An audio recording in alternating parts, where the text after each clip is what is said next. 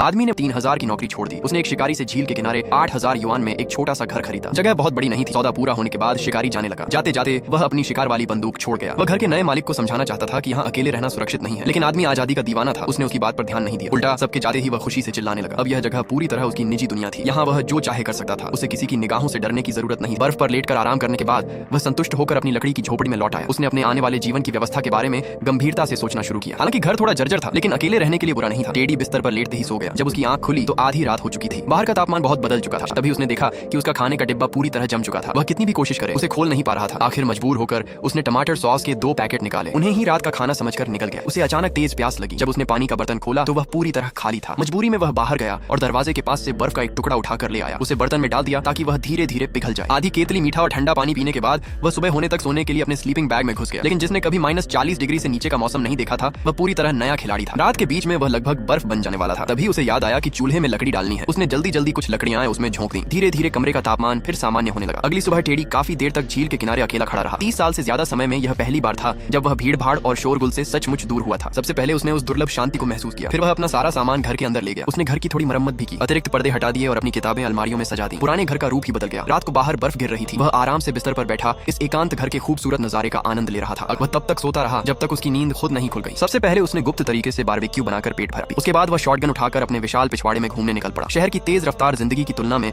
यहाँ समय बहुत धीरे चलता था। उसे लग रहा था जैसे जिंदगी का नियंत्रण उसके हाथों से निकलकर प्रकृति के हाथ में चला गया हो। उसी रात टेडी बिस्तर पर लेटा हुआ था। अचानक उसे घर के बाहर किसी अजीब सी आवाज सुनाई दी। वह सावधानी से बाहर निकला और देखने लगा। जल्द ही उसे पता चला कि यह आवाज झील की बर्फ से आ रही थी। जिज्ञासावश वह जमीन पर लेट गया और चुपचाप प्रकृति के इस अनोखे संगीत को सुनने लगा। अगले दिन टेडी ने एक औजार निकाला और बर्फ में छेद कर दिया। अब उसके पास लगातार पानी का स्रोत था। वह आराम से गर्म पानी से नहा सकता था, लेकिन उसे इतना काफी नहीं लगा। उसने खुद को सीधे बर्फीले पानी में डुबो दिया और बर्फ और आग दोनों का मजा लेने लगा। तभी अचानक उसकी नजर एक भालू पर पड़ी। यह देखकर टेडी बुरी तरह डर गया। उसे लगा जैसे सपनों वाला भालू सच में उसके सामने आ गया हो। लेकिन खुशकिस्मती से भालू ने उसे नोटिस नहीं किया। वह धीरे धीरे मुड़ा और लकड़ी के घर की तरफ बढ़ने लगा। टेडी ने मौका देखकर पास वाले शौचालय में छलांग लगाई और खिड़की के पीछे छिपकर भालू की हर हरकत को ध्यान से देखने लगा। काफी देर तक टेडी लकड़ी के घर के अंदर ही छिपा रहा। जब उसे लगा कि बाहर सब शांत हो गया है, तब वह धीरे धीरे खिड़की से हट गया। उसने सोचा कि भालू पेट भरकर अब जा चुका होगा। कुछ देर और इंतजार करने के बाद जब बाहर से कोई आवाज नहीं आई, तब वह सावधानी से बाहर निकला। लेकिन जैसे ही वह अपने घर के पास पहुंचा, उसका दिल बैठ गया। भालू तो जा चुका था, लेकिन घर में रखा लगभग सारा खाना साफ कर गया था। पीछे सिर्फ गंदगी और पंजों के निशान छोड़ गया था। उस रात टेडी को भालू द्वारा छोड़े गए थोड़े बहुत बचे हुए खाने से ही काम चलाना पड़ा। फिर अब उसके पास खाना लगभग खत्म हो चुका था, इसलिए अगली सुबह उसे पहाड़ी की तरफ शिकार पर जाना पड़ा। किस्मत से थोड़ी ही देर में उसे एक हिरण दिखाई दे गया। लेकिन समस्या यह थी कि उसने पहले कभी बंदूक चलाई ही नहीं थी। वह काफी देर तक निशाना लगाता रहा, लेकिन आखिर में गोली चूक गई। गोली की आवाज सुनते ही हिरण भागने लगा। टेडी तुरंत उसके पीछे दौड़ा ताकि दूसरी गोली चला सके, लेकिन जल्दबाजी में उसने अपने पैरों पर ध्यान नहीं दिया और जमीन पर पड़े एक पुराने फंदे पर पैर रख दिया। शुक्र था कि उसके जूते मजबूत थे, वरना बड़ा हादसा हो सकता था। इस तरह उसकी जिंदगी का पहला शिकार नाकाम हो गया। अगली सुबह उसने बर्फ पर चलने वाले जूते पहने और बेजाल झील के दूसरी तरफ जाने का फैसला किया। उसे उम्मीद थी कि शायद वहां से कुछ जरूरी सामान मिल जाए। कई घंटों तक बर्फ में चलते रुकते रहने के बाद आखिरकार उसे एक छोटा सा गांव दिखाई दिया। उसने जरूरी सामान खरीद लिया, लेकिन सफर इतना लंबा था कि उसे वहीं रात गुजारनी पड़ी। रात को उसने गांव वालों से जंगल में मिले उस फंदे के बारे में पूछा। गांव वालों ने बताया कि कई साल पहले एक हत्यारा इस जंगल में छिपा हुआ था। संभव है कि वही फंदा उसी ने लगाया हो, लेकिन यह बात 10 साल से भी पुरानी थी। लोगों का मानना था कि वह आदमी अब तक बहुत दूर जा चुका होगा। यह सुनकर टेडी के मन में डर बैठ गया। अब उसे लगने लगा कि आसपास सिर्फ जंगली जानवर ही नहीं, बल्कि एक खतरनाक इंसान भी हो सकता है। अगली सुबह मौसम अचानक बदल गया। उसे अपने झील किनारे वाले घर लौटने की जल्दी थी। जाते समय गांव वालों ने चेतावनी दी कि अगले 2 दिनों में भयंकर बर्फीला तूफान आने वाला है। उन्होंने सलाह दी कि घर पहुंचने के बाद बाहर निकलने की कोशिश न करे। जैसा उन्होंने कहा था, उसी रात भारी बर्फबारी शुरू हो गई। टेडी घर के अंदर दुबककर बैठ गया। ठंड इतनी ज्यादा थी कि रात को उसे चूल्हे के बिल्कुल पास सोना पड़ा। लेकिन अगली सुबह जब वह चूल्हे में लकड़ी डालने गया तो पता चला कि सारी लकड़ियां खत्म हो चुकी हैं। मजबूरी में उसे बाहर निकलना पड़ा। वह लकड़ी लेने गया, लेकिन तेज बर्फीले तूफान ने उसकी आंखों के सामने सब कुछ सफेद कर दिया। वह दिशा पहचान ही नहीं पा रहा था। काफी देर तक भटकने के बाद भी उसे अपना घर नहीं मिला। तभी उसे एहसास हुआ कि वह पूरी तरह रास्ता भटक चुका है। उसका दिल घबराहट से भर गया। उसने इधर उधर गोलियां चलानी शुरू कर दी। उम्मीद थी कि किसी चीज से टकराने की आवाज आएगी और उसे दिशा का अंदाजा होगा, लेकिन चारों तरफ सिर्फ बर्फ थी। आखिरकार उसने आसमान की तरफ देखकर जोर जोर से मदद के लिए चिल्लाना शुरू कर दिया, मगर उसकी आवाज का जवाब सिर्फ गिरती हुई बर्फ दे रही थी।